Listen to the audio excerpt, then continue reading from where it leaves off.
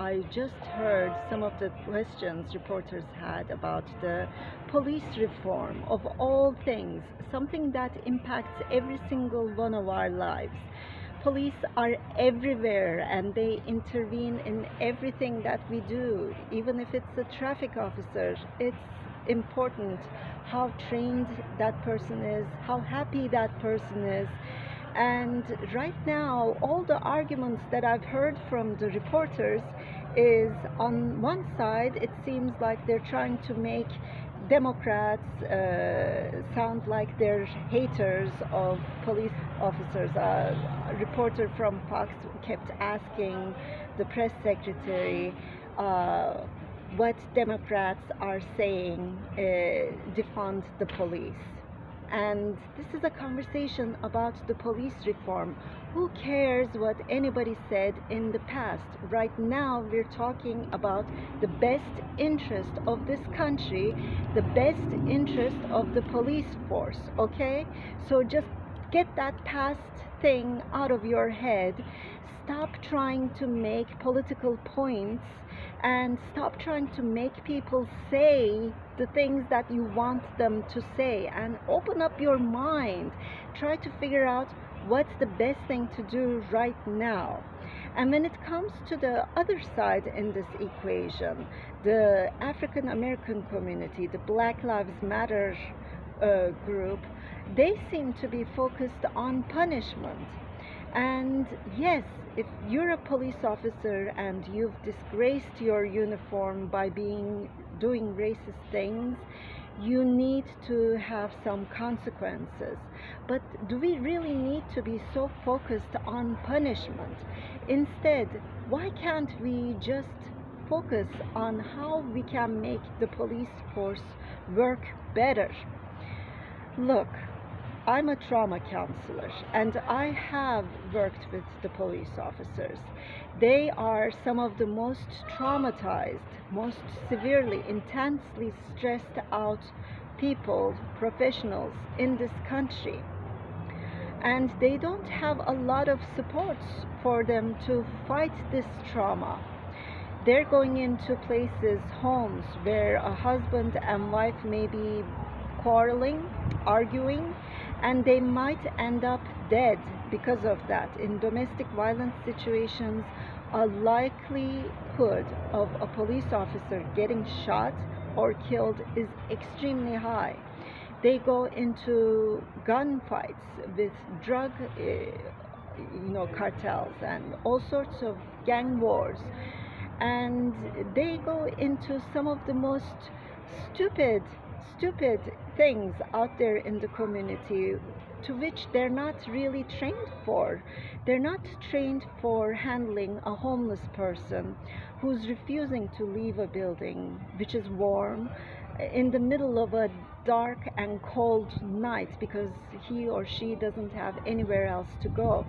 And they don't get trained to deal with a teen who's upset and creating chaos in a mall with other teens.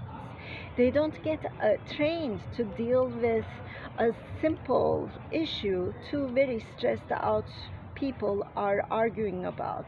For example, a plant pot that's placed beyond the property line of one of the parties, and one party gets extremely explodes on the other one for putting the pot there, and the other one gets equally explosive because the other one got explosive, and a pot becomes a major issue between two neighbors. This isn't an issue of a police officer. This is the issue for a mental health counselor. It's the issue of a social worker. It's the issue of someone who's trained to deal with people who are in a crisis mode, in a psychological, emotional crisis mode, not a gunfight, not a theft, not something like that. So let's focus on real issues, okay? Let's focus on getting the results that we actually want.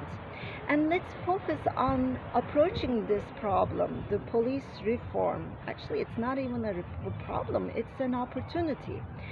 focus on this opportunity from a place of love, not fear. Wonder what the police say that they need. Let's hear what they need. Let's put that into effect. And then let's create some sort of profession where people who are trained in mental health issues are able to respond to issues that are very often put into the lap of police officers who absolutely don't know what to do with. A 5-year-old, 7-year-old child called to elementary school to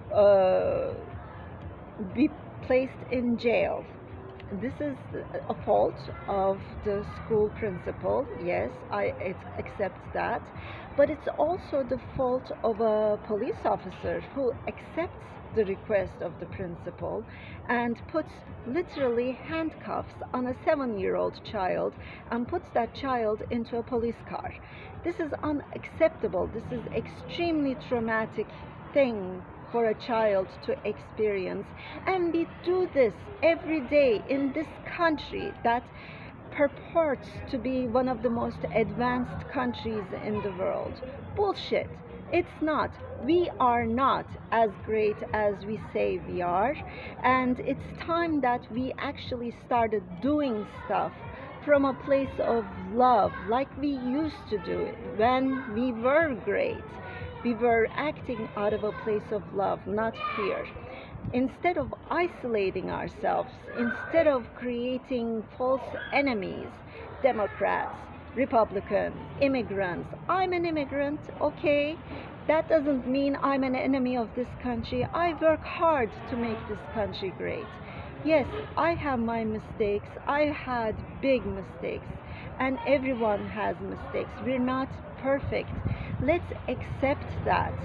Back when this country was great, we gave people second chances, but we trained them first.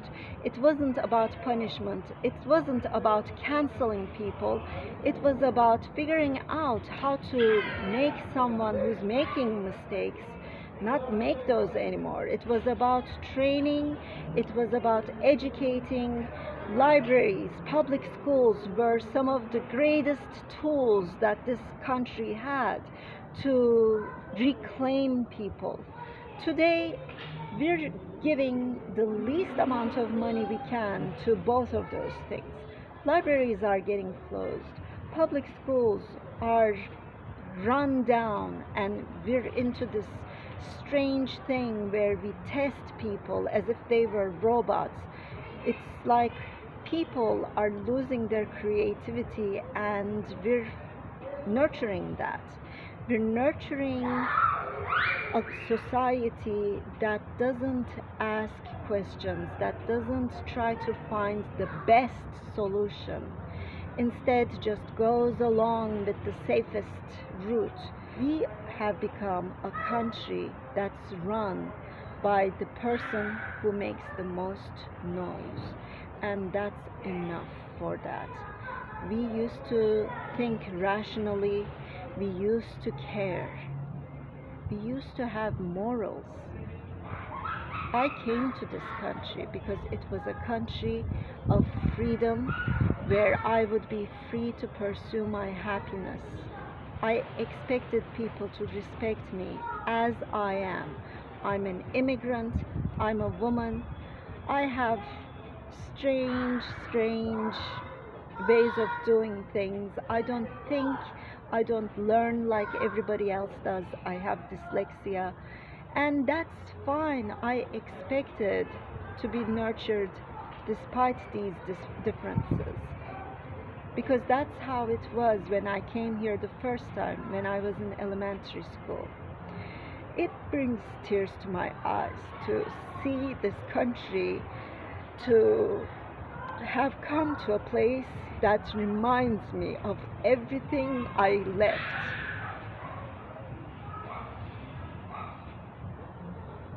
I invite everyone out there to search in their soul the morals that they grew up with, of honesty, of justice, equality, and freedom for all. Okay?